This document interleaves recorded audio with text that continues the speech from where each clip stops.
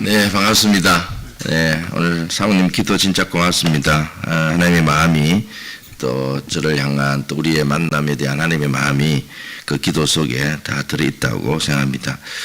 나중에 그 원고를 좀 주세요, 사모님. 예, 왜냐하면 요즘은 제가 자꾸 은퇴 뒤에 할 일을 생각하고 있는데 그 중에 하나가 이제 책을 써야 되겠다는 마음이 좀 생깁니다. 그래서 제가 겪었던 우리 교회 야사들을 좀 쓰려고 합니다. 그래서 현역에 있을 때 말 못했던 그 아주 인간의 그 죄악성들을 이제 은퇴 뒤에는 좀 쓰고 싶습니다. 그리고 이제 지금 사모님 기도처럼 정말 하나님께서 위로해 주셨던 만남들 이런 글들을 써야 되겠다 이런 생각이 들어서 정말 모읍니다. 정말 너무 기도가 은혜가 되었습니다. 오늘 읽은 말씀 가지고 길 위의 그리스도인이라는 제목으로 말씀을 좀 나눌게요. 그 나이가 드니까 뭐 다 여기 목사님들 계신데 집사님들 계신데 죄송합니다. 전 그 전에 오늘 아침에 올라오니까 이제 여기서 제가 설교하는 게 처음이거든요. 걱정은 이제 이 한인들이 이렇게 나이 들어가는데 계단이 있는 곳으로 이렇게 예배당을 올려가지고 이 90이 넘어가면 다들 어떻게 하시려고 그러나 이 생각이 들었는데 목사님이 밑에서 예배 드리면 된다고 영상으로 또 그런 얘기를 하시고 또 전에 왔을 때는 이제 예배 준비하는 분들이 이제 김인성 집사님 또 우리 안 오셨네요. 그래서 이 지금 이제 나이 드신 분들이 이제 했는데 세대 교체가 일어났네요. 그래서 이제 근데 담임 목사만 바뀌면 딱 좋았는데 저만 딱 오늘 와서 이렇게 분주하게 움직였으면 이게 완벽한 그림인데 정말 생각 잘못한 거 아닌가. 그래서 그냥 작년 연말로 사임하고 그냥 여기로 왔어야 되지 않나 이런 생각을 또 했습니다, 여러분. 그래서 하여튼 너무 참 세대 교체가 이루어지는 모습이 너무 아름답습니다. 자, 어쨌든 근데 나이가 드니까 하나님에 대해서 좀 더 예민해지는 것 같아요. 제가 보니까 예를 들면 설교도 이제 오기 전에 이제 목사님 와서 또 본문도 정해오고 또 오늘 이 아침에 예정이 없던 일이라 말씀을 뭘 준비할까 하다가 아마 그냥 룻기 어제 했으니까 룻기 얘기를 좀 더 해야 되겠다 했는데 어젯밤에 그걸 좀 다듬어 놓고 있는데 계속 불편한 거예요, 마음이. 그냥 하라 그러니까 의무감을 약간 하는 느낌, 이제 이런 느낌인데 또 시차 때문에 이제 아내는 잘 자더라고. 그래가지고 근데 알고 보니까 아내도 밤에 막 엄청 아팠대요. 그래가지고 기도를 했다. 하나님 좀 죽여달라고 그랬다. 살려달라고 그랬더니 너 죽고 싶지 않았냐고 이랬는데 근데 저는 이제 또 새벽에 좀 일찍 나가지고 잠이 안 와서 참 하나님께서 원하시는 말씀이 뭘까 하다가 오늘 이 길 위의 그리스도인이라는 말씀을 정말 나누고 싶었고 이게 어쩌면 가지 패밀리 교회의 또 다른 이름일 수 있겠다 이 생각이 들었습니다. 제가 건축이 끝나고 나서 교회가 조금 어려움을 겪을 때 무슨 말씀을 할까 하다가 그때부터 사도행전 가지고 설교를 했습니다. 그래서 3년 반 만에 드디어 올해 1월 첫째 주일로서 사도행전 설교가 이제 마무리가 되었습니다. 근데 그 3년 반 동안 제가 사도행전 설교를 하면서 하나님께 기도했던 게 하나님 그냥 사도행전 한 권 뗐다는 것이 아니라 사도행전을 쓰는 교회가 되었으면 좋겠습니다. 이게 굉장히 갈망이 있었어요. 왜냐하면 제가 한 10년 전에 사도행전을 시작했다가 앞부분 하다 그냥 멈췄어요. 왜냐하면 사도행전이 안 쓰여지더라고요, 우리 교회가. 근데 이번에 이제 3년 반 만에 사도행전을 끝내고 났을 때 그 중간에 먼저 있었던 일은 제 설교를 듣던 우리 원로 장로님이 회심하셔가지고 다시 한번 하나님 앞에서 이렇게 가서는 안 되겠다 해서 목사님 파송 개척을 좀 해주면 좋겠다 해서 저희 교회가 개척이 일어났었어요. 사실 거의 불가능한 상황에서 그런 결단이 있었고 교회는 아주 멋있게 그 일을 해냈습니다. 그리고 저희 교회가 이제 가정교회만 집중하다가 이 사도행전 강의 중에 제대로 된 본격적인 단기 선교가 시작되었습니다. 그래서 원래 이제 돌아가면 바로 3월 8일 9일 날 또 세 번째 선교 잔치가 시작됩니다. 그리고 어쨌든 이 사도행전처럼 좀 시시한 것들이 잠재워지고 진짜 사도행전을 써가는 교회가 된 것 같아요. 그래서 우리 교회가 요즘 뭐 입만 열면 사도행전 29장 쓰는 목장이다고 뭐 이런 얘기를 하는데 그래서 이 사도행전을 3년 반에 걸쳐서 끝냈을 때 정말 하나님 앞에 제가 감사했습니다. 그리고 뭐 이제 우리 아이들하고 주위에서 책을 좀 내면 어떻겠냐고 해서 좀 고민하고 있습니다. 그런데 그 중에서 만났던 몇 편의 설교는 제가 생각해도 참 하나님의 말씀은 정말 살아 역사하신다 이런 생각이 드는데 그 중에 하나가 바로 이 가정교회가 아니면 보이지 않는 것들이 보이더라고요. 제가 보니까. 그 중에 하나가 바로 이 사도행전 28장 오늘 읽은 이 말씀 길 위의 그리스도인이라는 이 제목의 말씀이었습니다. 배경을 조금 설명을 할게요. 바울이 이제 로마로 3차 전도여행을 마치고 로마로 가기로 이제 길을 떠났다가 풍랑을 만나서 우리 잘 아는 멜리데 섬에 머문 것을 우리는 대부분 압니다.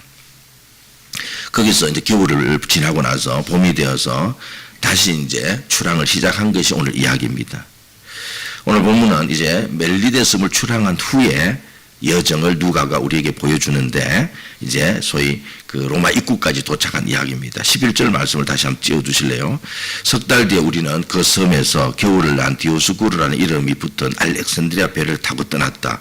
우리는 수라구사에 입항하여 사흘 동안 머물고 그곳을 떠나 빙 돌아서 레기온에 달아들었다. 그런데 하루가 지나자 남풍이 불어왔으므로 우리는 이틀 만에 보디오에 이르렀다. 자, 이제 멜리데 섬을 떠난 알렉산드리아 배가 이탈리아 반도 앞에 있는 시칠리아 섬의 수라구사 항구에 도착합니다. 그곳에서 3일을 정박합니다. 그리고 드디어 이제 이탈리아 반도 본토에 들어가는데 그 가장 남쪽에 위치한 항구가 레기온입니다. 그리고 이제 하루가 지나자 남풍이 불어서 이틀의 항해 끝에 드디어 로마의 관문인 보디올 항구에 도착하게 됩니다. 이 보디올에서부터 로마까지 거리는 약 210km 정도 떨어진 거리라고 합니다. 여기서부터 이제 로마까지는 누구든지 걸어서 이제 개선장군처럼 들어갑니다. 제수들도 전쟁에서 승리한 장군들도 걸어서 이 아비오 광장을 지나서 로마까지 입성을 합니다. 근데 이제부터는 이제 해상로가 아닌 육로로 걸어서 가는 길입니다. 그래서 이 보디올에는 지금도 사도 바울 기념교회가 있고 그 교회당 앞에 자료를 찾아보니까 사도행전 오늘 우리가 읽었던 28장 13절과 14절이 새겨진 비석이 있습니다. 사도행전 설교하면서 기도가 하나 있고 설교 시간에 강하게 얘기했던 게 이거 끝나면 터키 로마 쪽으로 여행할 수 있도록 기도해달라 그랬는데 아무도 기도만 하고 헌금하는 사람이 없어서 아직 그건 이루어지지 않았습니다. 목사님은 무슨 릴리 재단인가 거기서 후원을 받았던데 이놈의 한국은 그런 게 없어요. 자, 어쨌든 그 릴리 재단 기금을 목사님 후배를 위해 쓰고 뭐 이런 건 안 됩니까? 자, 어쨌든 자, 어쨌든 그러면서 이 이제 로마로 가는 것에 대한 이야기를 좀 하겠습니다. 로마라는 것이 일단 들을 때는 분명히 어떤 목적지입니다. 근데 이 말씀을 묵상해 보면 로마는 길이다라는 생각이 듭니다. 14절 거기서 형제들을 만나 그들의 청함을 받아 일일을 함께 머무니라. 그래서 우리는 세 번역에는 드디어라고 되어 있는데 개정개역은 이와 같이 로마에 가니라라고 되어 있습니다. 저는 이와 같이가 좀 맞는 것 같아요. 왜 그러냐면 드디어는 이미 로마에 도착했다는 말이잖아요. 근데 사실 아직 로마에 도착 안 했거든요. 그래서 이와 같은 과정을 거쳐서 로마에 갔다. 때로는 이제 영어권에 계시니까 이 번역이 잘못되면 반역인데 새 번역이 항상 옳은 건 아니에요. 때로는 개정개역이, 때로는 뭐죠? 심지어는 쉬운 성경이라든지 이런 것들이 훨씬 더 의미가 와닿습니다. 그래서 자, 그런데 왜 제가 로마는 길이라 이렇게 얘기하냐면 말씀드린 것처럼 그 과정, 로마로 가는 과정에서 보여주는 영적인 의미가 굉장히 많기 때문에 그렇습니다. 무엇보다도 보디올에서 로마까지 거리는 결코 짧은 거리가 아닙니다. 그리고 그 사이에 로마에서 65km 떨어진 아비오 광장이 있었고 또 50km 떨어진 새 여관이라는 이름을 가진 트레이스 마을이 있었기 때문입니다. 그런 면에서 이와 같이 로마로 가는 우리라는 번역이 훨씬 하나님의 마음을 저는 담고 있다고 봅니다. 자, 그러면 결국 뭡니까? 로마는 목적지이기도 하지만 신앙적으로는 길이다. 저는 그렇게 봅니다. 그런데 여러분 바울에게는 언제부터 이 로마가 그의 마음에 담겼을까요? 적어도 우리가 사도행전을 통해서 바울에게 있어서 로마가 길로서 와닿은 것은 사도행전 23장부터입니다. 거기 보면 제가 읽어드릴게요. 그날 밤에 주께서 바울 곁에 서서 이르시되 담대하라. 내가 예루살렘에서 나의 일을 증언한 것 같이 로마에서도 증언하여야 하리라. 이렇게 하나님께서 말씀해 주시는 장면이 나옵니다. 바울이 3차 전도여행을 마치고 예루살렘에 왔습니다. 그런데 기다리는 것은 뭐였죠? 모함과 선동과 죽음의 위험이었습니다. 그런 중에 다행히 로마 시민권 덕분에 천부장의 도움으로 그 로마군 영내에 이제 보호받게 됩니다. 그 밤에 하나님께서 바울에게 나타나셔서 하신 말씀이 바로 네가 로마에 가야 된다 이 말씀이었어요. 자, 그런데 한 가지 더 짚고 넘어가고 싶은 게 뭐냐면 이거는 하나님께서 하신 말씀이고 바울이 로마에 가기로 마음먹은 것은 사실은 벌써 그보다 더 훨씬 앞인 사도행전 19장입니다. 제가 사도행전 19장 21절 읽어드릴게요. 이 일이 있은 후에 바울이 마게도냐와 아가야를 거쳐 예루살렘에 가기로 작정하여 이르되 내가 거기 갔다가 후에 로마도 보아야 하리라 하고. 근데 여기 이 일이 있은 후가 어떤 일이냐면 그 에베소에서 두란노 서원을 세워서 2년이나 복음을 전한 그때 일입니다. 그때 어떤 일이 났죠, 여러분들? 바울이 에베소에서 2년 복음을 전하니까 놀라운 이적과 역사가 일어납니다. 그래서 막 마술사들이 막 책을 갖다 태우고 막 이런 일이 바로 이때였습니다. 자, 그럼 보세요. 그러고 나서 바울이 또 어떻게 해요? 고린도에 갔을 때 또 로마로 가고 싶다는 로마서를 씁니다. 그러니까 바울 인생에서 크게 로마를 언급하는 게 3번이나 있는 거예요. 근데 어떻습니까, 여러분? 처음에 바울이 이 에베소에서 그 놀라운 이적 가운데서 로마를 가고 싶다 했지만 바로 이루어지지 않았어요. 또 고린도에 가서도 로마를 가고 싶다고 정말 얘기를 했지만 이루어지지 않았어요. 그래서 이 바울의 서신서 중에서 가기도 전에 편지가 먼저 간 곳은 로마입니다. 그러니까 근데 결국 이제 로마는 언제 가느냐? 바로 감옥에 갇혔을 때 하나님께서 가게 하시고 결국 이루어집니다. 제가 이걸 묵상하면서 이것이 주는 메시지가 뭘까 생각해 봤어요. 우리는 다 이렇게 하나님 앞에서 로마와 같은 것을 꿈꿉니다. 내가 이렇게 사역하겠다. 이렇게 주님 앞에 쓰임 받겠다. 이렇게 하지만 진짜 내가 하나님께서 원하시는 로마의 길 위에 서 있는지를 아는 기준은 내가 정말 잘 될 때 가기로 결정한 그때냐, 아니면 상황적으로 정말 가고 싶지도 않고 불가능한 그 상황에서 하나님께서 인도하시는 건가 하는 것에서 차이가 나더라 이 말입니다. 목회를 하면서 많은 사람을 만나면서 로마를 이야기하는 교인들을 만났습니다. 가슴이 뜨거워져서 저의 로마는 이곳입니다. 저는 이렇게 살 것입니다. 하고 얘기했지만 그 약속한 대로 사는 사람들은 생각보다 많지 않았습니다.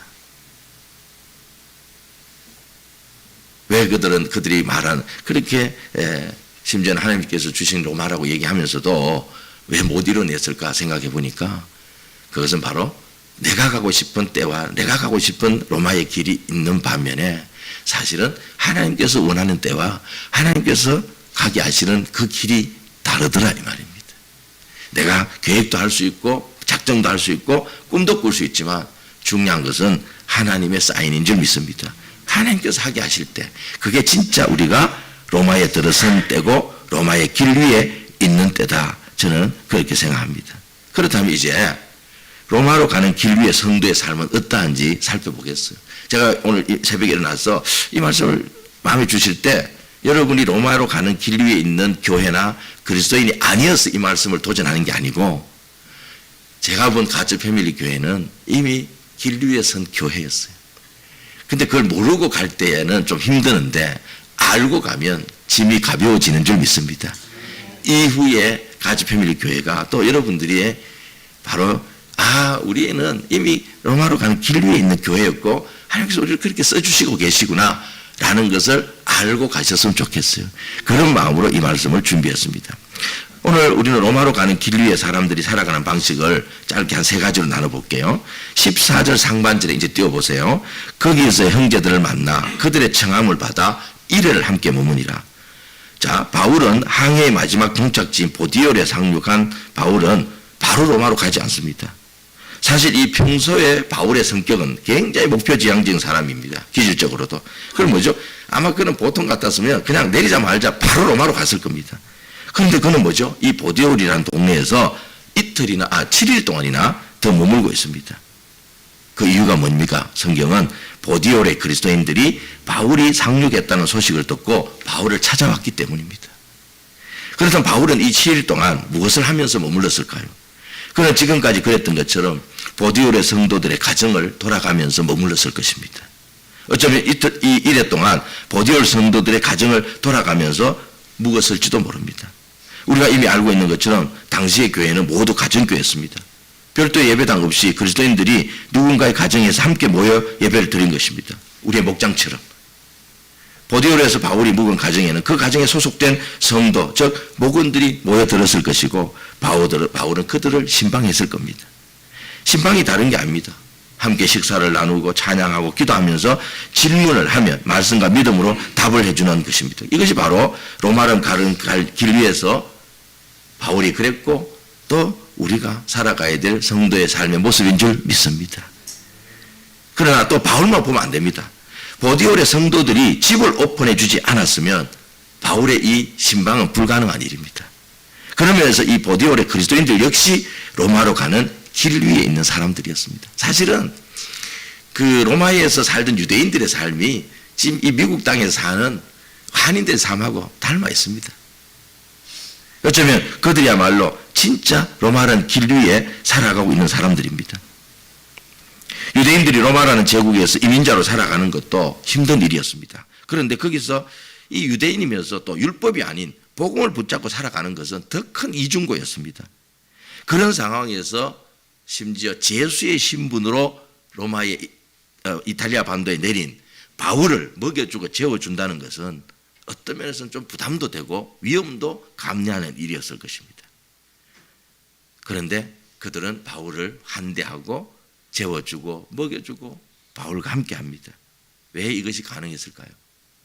제가 볼 때 만약에 이게 그 집안 식구 중에 한 사람만 하나님을 믿는 사람이고 나머지는 안 믿는다 그러면 불가능할 겁니다. 여러분 그렇잖아요. 그들의 가정의 주인이 하나님 아버지시기 때문에 그렇습니다. 아멘. 맞잖아요. 그렇다면 여러분 길 위에 그리스도인을 산다는 것의 의미는 바울만 보지 마시고 오늘 바울을 영접한 이 보디엘의 교인들로 포커스를 맞추면 하나님 아버지를 주인으로 모시고 집을 오픈하고 또 신방을 하고 이런 삶인 줄 믿습니다. 제가 오늘 칼럼을 우리 교회에 보냈고 목사님이 그 칼럼을 우리 교회도 가치 패밀리 교회도 쓰겠다고 그러셨는데 정말 길게 함께 가는 사람들의 특징이 뭔가 하는 걸 제가 좀 썼는데요. 그 중에 이제 이경준 목사님도 옛날에 이제 자기들 친구, 소위 그 이랜더 회장, 부회장, 또 방성기 목사님 자신 네 사람이 지금까지 오랫동안 거의 20대 때 만났더니까 그분들이 70대가 되었으니까 최소한 50년 가까이 우정을 나누고 있습니다. 제가 그 글을 쓰다가 그게 생각이 나서 목사님 그때 뭐라고 쓰셨죠? 이랬더니 저는 강의로 들었는데 강의 중에 예화로 들었는데 목사님이 쓴 책 중에 거기가 나온다면서 책을 카피해서 주더라고. 근데 거기에 이제 제 글에는 없지만은 나머지 세 개는 비슷해요, 저하고 생각이. 근데 한 개가 뭐였냐면 아주 독특한 거였어요. 그게 뭐냐면 와이프 스타일이었어요. 내 가정이 50년 가까운 세월을 우정을 유지할 수 있었던 것은 와이프들의 스타일이 비슷했다는 거예요. 이게 무슨 말인지 알죠? 그 네 사람은 1년에 한 번씩 가족 그 부부 동반 긴 여행을 하는 걸로 알고 있습니다. 자, 근데 그 중에 한 여자가 틀면 될까요? 안 될까요? 안 됩니다. 특히 예전 박성수 회장 같은 그 회장님 와이프가 틀면 안 될 겁니다. 내가 뭐 굳이 뭐 이러면 또 그 다음에 또 뭐 이경종 목사님 사모님이 또 성격이 독특해가지고 나 안 갈란다 이러면 될까 안 될까요? 와이프 스타일 중요합니다. 예, 진짜 그 맞는 얘기더라고요. 맞습니다, 여러분. 이 바울을 영접할 때 이 보디올에 있는 성도들 중에 와이프가 틀어보면 바울이 그 집에 갈 수 있습니까? 없습니까? 못 갑니다. 제가 이제 토요일이 되면 게스트룸을 나와야 되는데 그래서 지금 이제 우리 목자님, 영원한 제 목자님, 신용호 목자님 집으로 가야 되는데 와이프가 틀어버리면 될까 안 될까요? 안 돼요. 근데 와이프만 또 그럴까요? 저희 집에도 이제 손님들이 가끔 옵니다만은 아이들이 틀어버리면 될까 안 될까요? 실제로 저희 교회도 목장을 하고 싶지만 애들 성질이 더러워가지고 집 오픈 못하는 집도 있다 없다? 있습니다. 우리가 길 위에 그리스도를 산다는 것은 먼저 우리 가정의 모든 식구들의 구세주를 주인을 예수 그리스도로 모시도록 하는 것인 줄 믿습니다. 이 작업을 계속해서 멈추지 않는 저와 여러분 되기를 소망합니다. 아침에 잠이 깨어서 둘째하고 영상통화를 했습니다. 근데 이제 사실은 최근에 우리 셋째 일터에서 너무 안타까운 일이 일어났습니다. 셋째가 어린이집 교사로 일을 하는데 이제 그게 그 유니트라는 대학원 안에 있는 어린이집이다 보니까 뭐 국제적입니다. 거의 뭐 교수들 자녀들 혼혈 아이들. 그래서 참 하나님께서 셋 중에 영어가 제일 안 되는데도 이 외국 살아본 경험 때문에 거기서 통역 담당으로 이렇게 예. 그래서 그 참 하나님이 일하시는 건 놀라워요, 진짜. 얘가 그냥 거의 사명도 없이 살았는데 거기가 사명을 발견한 거야. 왜냐하면 이게 말이 안 통하니까 쭉 애들이 아빠 때문에 엄마 때문에 그 교수 자전으로 와가지고 말이 안 통하니까 애가 딴짓하고, 선생님들은 또 뭐죠? 말을 안 통하니까 얘가 바보라고 생각하는 거. 사실 명색이 박사 자식들인데. 근데 얘는 이제 그 모습을 보면서 자기들의 미국에서 캐나다에서 모습을 본 거예요. 첫 출근하고 갔다 오더니 아빠 거기에 오빠가 있었어요. 그러니까 처음 가서 영어를 안 통 이러고 있는 애 있잖아요. 그 언니가 그러면서 얘가 그 사명을 느낀 거예요. 제가 그때 진짜 하나님은 놀랍다. 그래서 또 특히 셋째 아이를 좋아합니다. 근데 최근에 한국인 아버지와 일본인 엄마 사이에서 태어난 그 아이가 일본에 할머니 집에 놀러 갔다가 그 일본만 가면 죽네. 애가 죽어버렸어요. 그러니까 하루는 퇴근을 하고 오는데 애가 막 펑펑 울면서 들어오는 거예요. 그러니까 집에 무슨 일이냐고. 그러니까 애가 죽은 거예요. 근데 이 우리 예루 말이 맞는 게, 예루도 막 그 얘기를 듣고 나중에 이제 울고 이랬는데, 아빠 중고등학교 선생님들이 제자가 가르치다가 죽는 것보다 어린이집 교사들의 아픔이 더 클 것 같아요 이러더라고. 왜냐? 중고등부 애들은 거리를 두고 가르치잖아요. 근데 제가 이 어린이집 교사들은요 월급 많이 줘야 돼. 거의 엄마처럼 키우잖아요. 그러니까 하루에 절반은 저금하고 살지만 거의 절반은 어린이집 자기 선생님하고 지내는데, 이 아이에게는 자기 자식 이런 마음 갖겠다는 생각이 들더라고. 근데 어젠가 이제 이 아이가 일본에서 장례식을 치렀다는 소식을 또 듣게 된 거예요. 또 이제 집에 오면서 울고 하는데 우리 예루가 그러더라고. 아빠 샤워를 하면서 뭘 할까 생각하다가 우리 둘이서 예배를 드려야 겠다 생각해서 둘이서 예배를 드렸다는 거예요. 참 아침에 들은 소식이지만 하나님께 제가 감사했어요. 아니 저희 부부가 아무리 뭐 신앙 족하면 뭐합니까? 자녀들이 함께 하는 것이 축복인 줄 믿습니다. 이 일이 좀 힘들더라고 저희도 사춘기 지나면서. 근데 포기하지 않으면 이 일이 계속 이루어질 줄 믿습니다. 길 위에 그리스도인이 살아가는 삶의 방식입니다. 두 번째, 하나님의 사람이 하나님께 감사를 드리고 용기를 얻도록 길을 나서는 사람. 자, 15절 같이 한번 읽어볼까요? 한번 띄워주실래요? 15절 시작. 거기 신도들이 우리 소식을 듣고서 아피온 광장과 트레스 마을까지 우리를 맞으러 나왔다. 바울은 그들을 보고 하나님께 감사를 드리고 용기를 얻었다. 자, 7일을 보디올에서 머문 바울은 다시 길을 떠났습니다. 이제 진짜 로마는 점점 가까워졌습니다. 드디어 로마에서 65km 떨어진 아피오 광장에 이르렀습니다. 그런데 거기에 65km 떨어진 그 길에 로마에서부터 걸어서 마중 나온 교인들이 있었습니다. 요즘이야 뭐 65km면 30분이면 가나? 맞아. 15km 가는데 한 10분에 15분 걸려요. 제 집에서 교회까지. 그러니까 30분은 가는 건데 이걸 걸어왔다 한번 생각해 보세요. 그런데 거기에 그리고 15km 더 걸어가면 세계 여인식이라는 이름의 의미를 가진 트레스라는 마을이 나옵니다. 아마 거기에 주로 마지막 로마 입성하기 전에 조금 사람들이 뭐 이제 씻기도 하고 하면서 묵었던 것 같아요. 근데 거기도 로마의 성도들이 나와 있었습니다.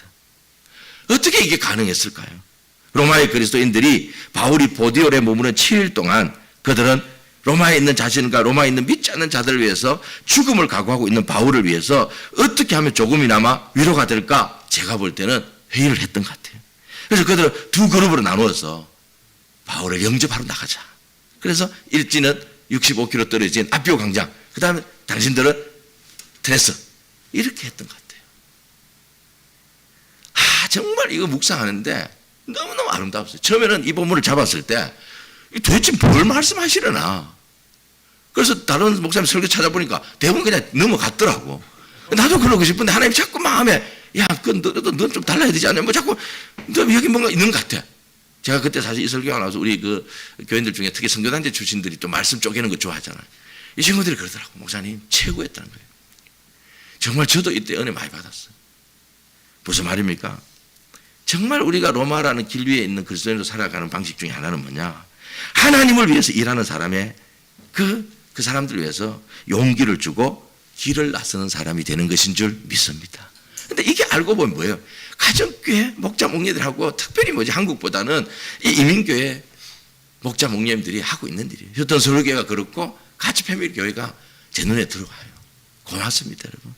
고마워서 알고, 이거 하나님께서 얼마나 기뻐하시겠어요. 여러분은 적어도 로마서 28장에 그 길 위에 있는 로마에 있는 그리스도인처럼 지금 하고 계신 거예요. 또 뭐죠? 앞으로 힘든 일이 있더라도 포기하지 말고 해달라는 당부의 말씀이기도 합니다. 이 코로나 이후로 지금 한국교회는 생각 있는 목회자들은 지금 오리지널에 대한 힘을 느끼는 것 같습니다.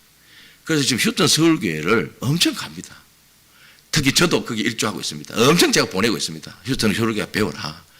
근데 여러분, 휴턴 서울교회만 보면은 큰 교회 목사들은 우린 더 잘할 수 있다 이렇게 되는데 휴턴 서울교회보다 큰 교회가 그렇게 많지 않습니다. 그런 교회들은 휴턴 서울교회 보면 좋긴 한데 주눅이 들어버립니다. 근데 여러분, 그래서 제가 그런 목사들은 기도하는 가운데 가치 패밀리를 끼워 넣어줍니다. 이번에 강대우 선교사 왔다 갔죠.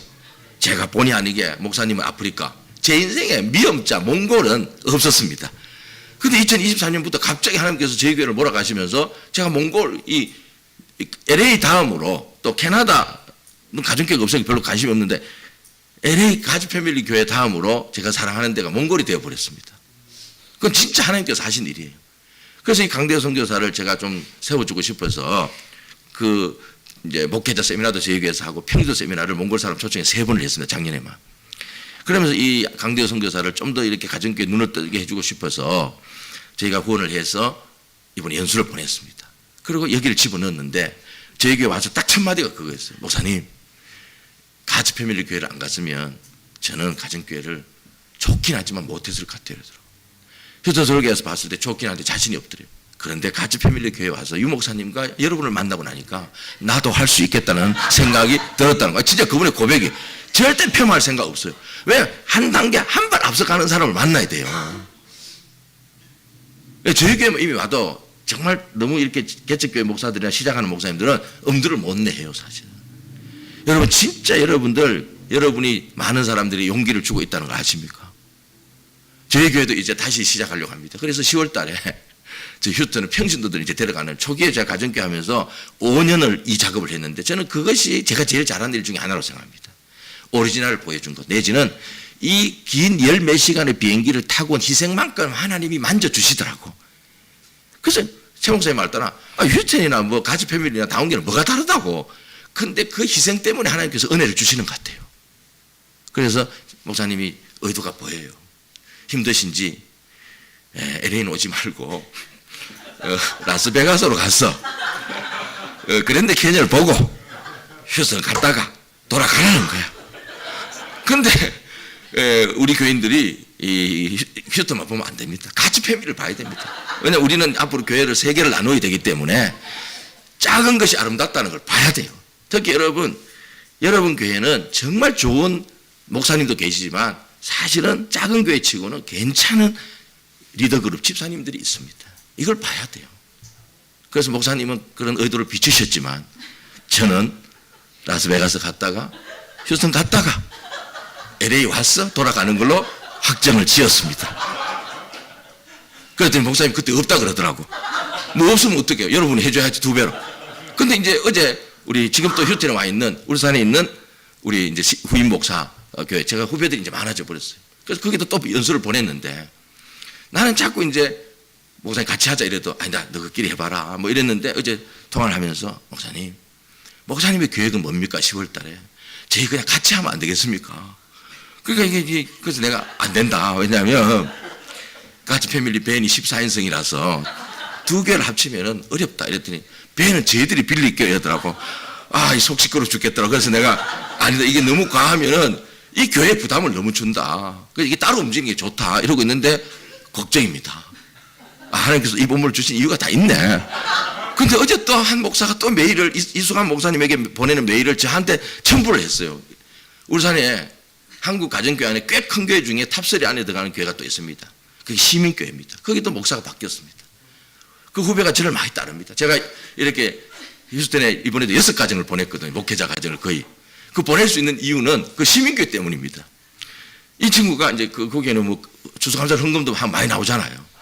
그 전에는 이제 신학교를 돕고 막 이랬는데 이 목사는 가정교회 목사를 돕기로 해서 저한테 추천권을 준 거예요.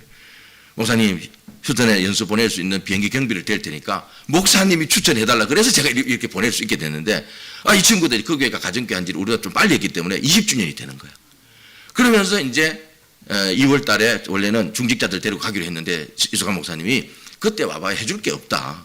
그러니 7월 달 목자 컨퍼런스에 오든지 아니면 10월 달 평세 때 와야 뭐가 된다. 이러면서 이제 이 친구가 알게 되면서 어제 최종 답이 그럼 10월 달에 가겠습니다. 이러면서 저한테 첨부를 했어요. 같이. 왜? 목사님 도와달라 이거 아니겠습니까? 근데 내가 지금 잠이 안 와요. 인간적으로는 우리 교회만 여러분하고 잘 지내고 싶은데 하나님이 자꾸 다른 교회까지 이렇게 끼워 넣으니까 내가 미안해서. 근데 오늘 이 말씀에 의지해서 여러분의 인생은 어차피 길 위에 섰고, 이 휴스턴이 뭐 로마로 합시다. 막 그 로마로 가는 길목에 있는 이 여러분의 교회는 이 아비오 광장에 있는 그 정도 있는 것 같아요. 그러니 여러분 잘 의논하셔서 나온 교회만 그래도 도울 건지 뭐 그런다 하면 내가 어떤 핑계를 대서라도 이 두 개는 물리치겠습니다. 그러나 하나님께서 새로운 사역을 여시는 것 같다 싶으면 하나님의 나라를 위해서 일하는 사람들과 교회를 위해서 용기를 한번 내주시기를 부탁드립니다. 왜냐하면요, 제가 왜 이 미국을 자꾸 집어넣고 싶냐면 두 가지 이유입니다. 한국은 아직도 동남아시아 여행을 많이 하는데 배울 게 없어. 내가 보니까 선교지는 괜찮은데 왜 갔다 오면 전부 교만해져. 무시하고 우리 살만하다 이래 되는 거야. 근데 어쨌든 이 북미주가 갖는 기독교적 가치가 있잖아요. 이걸 보여주고 싶어요. 그리고 정말 평생 한 번 미국이나 이 캐나다 땅을 못 밟는 사람들이 있습니다. 아직도 우리 교회도 많습니다. 저희가 단기 선교를 가는데 대학을 졸업한 청년이 자기가 해외여행을 처음 간다는 거예요. 제가 깜짝깜짝 놀랐어요. 그래서 여러분들 정말 우리가 여러분의 이미 길 위에서 이 작업을 하고 있는데 이게 사명이 되었으면 좋겠다. 좀 더 그래서 힘들어하지만 마시고 의미를 찾고 그렇게 해주시기를 부탁드립니다. 마지막 하나만 나누고 마치겠습니다.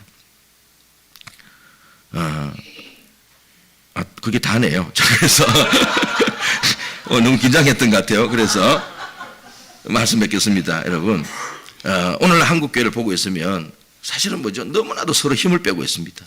목회자들은 교인들의 힘을 빼고 있고 교인들은 목회자의 힘을 빼고 있습니다. 어쨌든 뉴스를 보니까 이전 교회 일반 교회에 있던 교인들이 교회를 떠나는 일이 나는 거예요. 너무 부끄러워서 더 이상 교회를 못 다니게 되겠다. 이래 되는 거예요. 저는 빨리 한국교회가 더 무너져야 된다. 그래서 이 그루트교 같은 가정교회가 좀 더 드러나야 되지 않나 이 생각을 하는데요. 그러니까 한국교회가 많은 경우 사실은 로마로 가는 입구에도 가보지 못한 상태에서 있는 경우가 대부분입니다. 그러면서 이 2025년도 목회 트렌드에 보면 한국교회는 갈수록 더 신앙의 양극화가 일어나고 있다는 이제 소위 통계학적인 분석이 나왔습니다. 그 말은 뭘까요? 건강한 교회는 더 건강해지고 있습니다. 근데 뭐죠? 건강하지 않은 교회는 더 건강하지 않은 쪽으로 갑니다. 물론 그 사이에 이제 일종의 숫자가 주는 맨파워에 속는 대형교회가 있기는 하지만 그 교회를 제외하고 나면은 양극화가 심해지고 있습니다. 저는 오늘 한국교회를 바라보면서 또 가정교회를 바라보면서 우리가 다시 우리의 정체성이 어디에 있는가, 길 위에 있다는 것을 기억하셨으면 좋겠습니다. 그래서 우리 인생이 어쩌면 출장 온 것과 같다. 그래서 전에는 이렇게 집회 나고 이런 게 너무 부담도 되고 힘이 들었는데 요즘은 이런 일에 대해서도 하나님께 제가 감사하게 됐어요. 왜? 내가 길 위에 있으니까 여기 부르면 가고 저기 부르면 가지 이 생각이 들어요. 목사님은 저에게 이렇게 왔는데 말도 없이 예고도 없이 새벽 설교 부탁해서 미안하다 그러지만 사실 그렇지 않아요. 저는 너무 감사합니다. 왜? 얼마 안 남았다는 걸 제가 압니다. 누가 저를 써주시겠어요? 여기서 제가 만약에 체면 내세워 봐야 얼마나 그 웃기는 얘기입니까? 오늘도 써주셔서 고맙고 또 정말 저에게는 제2의 고향과 같은 이 교회에서 이번에 와서 칼럼을 쓰면서 가치 패밀리 교회의 의미가 이제는 확실하게 더 와닿았습니다. 이걸 일찍 깨달았으면 지난달에 사표 내고 여기 담임으로 경쟁을 붙었어야 되는데 그건 웃자고 하는 소리고요. 정말 감사합니다. 고맙고 또 정말 우리 목자 목님들 참 마음은 좀 짠합니다. 전부 머리가 허여가지고 이게 한 세월이 갔어요. 목님들은 다 그냥 깔끔하게 그대로인데 남자들 삶이 고단한 것 같아요. 제가 보니까 그래서 너무 고맙고요. 우리 끝까지 지금도까지도 길 위에서 왔으니까 남은 인생 주님 갈 때까지도 길 위의 그리스도인으로서 그렇게 가기를 주님의 이름으로 부탁드립니다. 기도하겠습니다. 하나님 아버지 감사합니다. 저희들 주 안에서 만나게 하셔서 여기까지 오게 하셨고 또 이렇게 갈수록 더 그 만남이 깊어지게 해주셔서 고맙습니다. 하나님 우리의 삶이 계속해서 이 사도행전 써가는 길 위에 있는 그리스도인들 되게 하여 주옵소서. 무엇보다 이 가치 패밀리 교회는 누구보다도 일찍이 길 위에 있는 교회로 세워주셨는데 그것이 어떤 의미가 있는지를 아는 분도 있었지만 또 놓친 부분도 있습니다. 오늘 이 말씀을 통해서 우리가 그 일을 알게 되었으니 하나님 계속해서 이제는 더 용기를 가지고 의미를 가지고 길 위의 교회로서 사명 감당하게 하여 주시옵소서. 세대가 이렇게 한 세대가 교체되어 가는 것을 봅니다. 그러나 결코 은퇴가 끝이 아닌 걸 압니다. 하나님 새로운 사역으로 우리 사랑하는 집사님들, 목사님 길을 열어주시는 줄 믿습니다. 그 일 끝까지 감당하게 하여 주시옵소서. 예수님 이름으로 기도드립니다. 아멘.